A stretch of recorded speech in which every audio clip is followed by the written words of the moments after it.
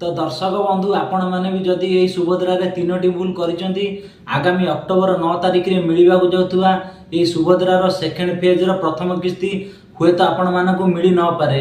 तो ये तीनोटी भूल कौन कौन आसतु ये वीडियो माध्यम मुझे आपको जनइबी। तो जदि भी आपण मैंने तीनोटी भूल कौ गोटाए भूल करेंगे तो निहाती भाव में आपण मैंने 7 तारिख भितर आपण संशोधन कर दिंतु। आपड़ जदि ये 7 तारिख भितर संशोधन कर दौरान तो आपण मानक 9 तारिख में मिलवा जाउथुवा सेकेंड फेजर ये प्रथम किस्ती निहाती भाव में मिल।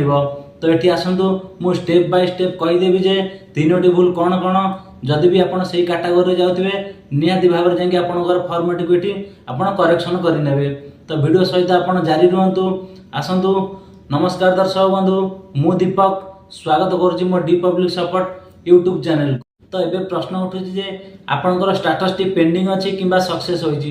तो देखो ये मु जड़े हिताधिकारी स्टेटस टी मोर स्क्रीन आगू आनिकी आपको देखई दूची जदि भी पेंडिंग रुहे को कारण पेंडिंग हुए। तो ये देखु EKYC स्टेटस जहाँकि ये प्रथम लाइन में लिखाई EKYC स्टेटस ये देखु राइट साइड फास्ट लिखाई कंप्लीट जहाँकि से व्यक्ति जनकर EKYC स्टेटस टी सुभद्रा रे कंप्लीट अच्छी। तो ये सेकेंड देखु लिखाई EKYC मोड।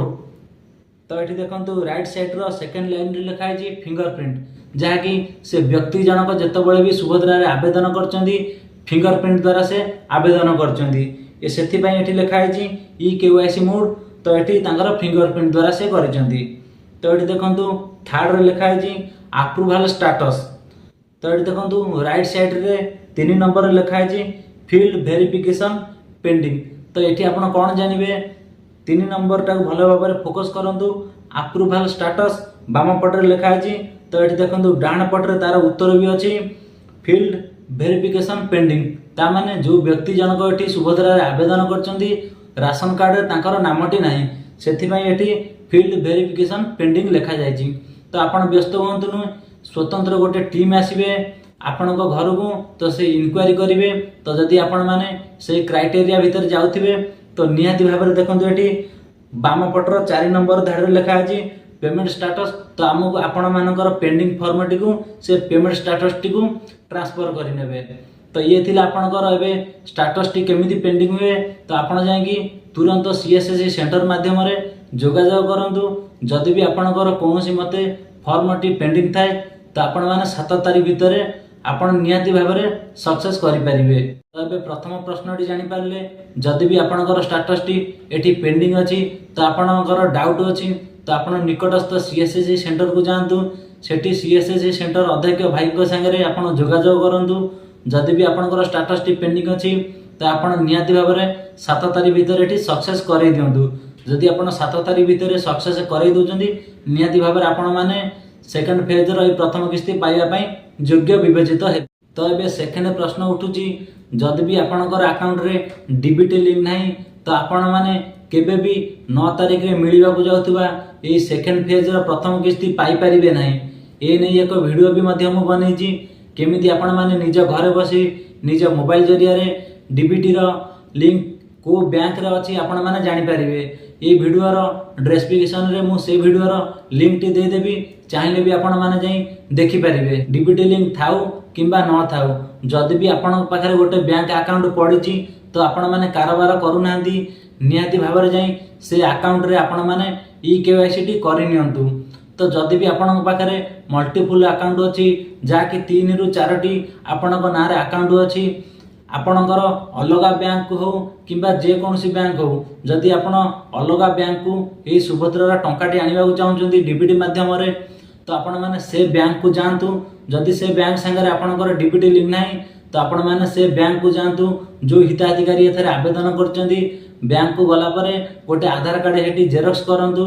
आधार कार्ड जेरक्स करिकी आधार कार्ड तले तांकर सिग्नेचर करिकी बैंक रो जे कोनोसी अध्यक्ष को से कागजटी दिंतु जहाँकि तांकर आधार कार्ड जेरक्स एवं तले तांकर सिग्नेचर थिबो। अध्यक्ष को देले से 24 घंटा भितर जदि भी अलग को बैंक रे आपणकर डीबीटी मोडटी थाए तो से बैंक को ट्रांसफर करी आनिबे। तो 24 घंटा भितर आपणकर एक्टिव हो एथिपाई फॉर्म दरकार नहीं केवल आपणकर आधार कार्ड जेरक्स एवं आपणकर साइन। 3 नंबर प्रश्न उठुची आपणकर फॉर्म तो आपण माने जेतेबेले निजे फॉर्मटी फिलअप करिकी सीएससी सेंटर हो किंबा मो सेवा केंद्र हो आपण नेकी दाखल करचंदी।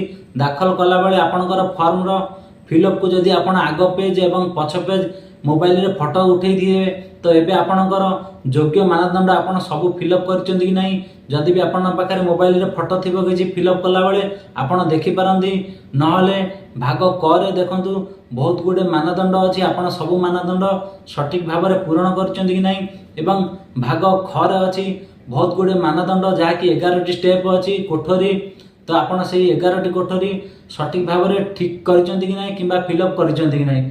जदि भी आपण फिलअप न करथिबे तो आपण मानकु केबे भी एई 9 तारिख रे मिलिबा जाउथिबा सेकंड फेज रो एई प्रथम किस्ती मिलिबा नाही। तो एठी भाग ख को आपण भलो भाबे रे फोकस करंतु।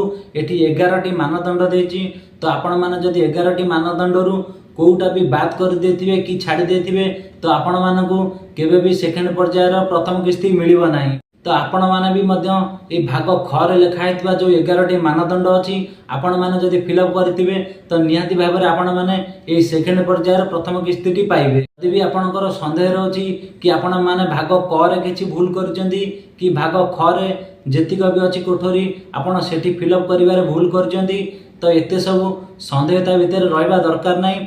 तो आपण माने निकटस्थ सीएससी सेंटर हो किंबा मो सेवा केंद्र हो तो आपण माने तुरंत जाइकी आपणकर स्टेटस टी एठी चेक कर नियंतु।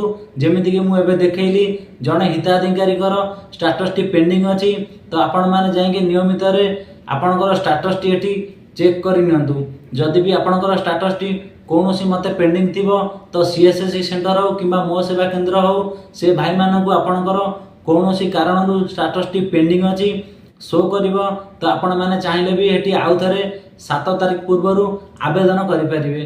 तो जदि आपण 7 तारिख पूर्वरु आवेदन करूचंदी ताहाले आपण मानकु 9 तारिख रे मिलिबा को जाउथबा ए सेकंड फेज रो प्रथम किस्ती मिलिबो। ए नै बड़ अपडेट दैचंदी उपमुख्यमंत्री प्रभाती परिडा। आपण माने जेतेबेले भी जाइकी सीएससी सेंटर रे आपणकर स्टेटस टी चेक करिवे एठी 3टी लाइन आपण भलो भाबरे फोकस करी निजे देखिबे। तो एठी देखंतु 1 नंबर लेखा है ईकेवाईसी स्टेटस तो आपणकर पेंडिंग अछि कि सक्सेस अछि आपण ता भी देखिबे एवं ईकेवाईसी मोड ता भी देखिबे एवं अप्रूवल स्टेटस तो आपणकर पेंडिंग अछि कि को कारण पेंडिंग अछि। तो जेमिति मु एबे पूर्वरु देखैली जणे हिताधिकारी कर पेंडिंग अछि तो आपण मानकर सेमिति पेंडिंग अछि कि नाही आपण देखिकी तुरंत 7 तारिख भितर एठी आउथरे आवेदन करि पारिबे। तो दर्शक बंधु ये थिला आजिर अपडेट जहा कि सुभद्रा अपडेट एई भली नुआ नुआ अपडेट पाइबा को हेले मो D public support YouTube channel से आपण जोड़ी हे रुहंतु। जदि भी आपण माने मो यूट्यूब चैनल रे नुआ कर वीडियो देखुचंदी तो आपण मानकु अनुरोध निहाती भाबरे गोटे सब्सक्राइब करंतु। वीडियोटी भलो लागिथिले गोटे लाइक करिवे शेयर करिवे। जदि भी आउ किछि आपण जानिबा को चाहंतुबे सुभद्रा योजना ऊपर आगु किछि तो निहाती भाबरे मते कमेंट माध्यम रे जणाइबे।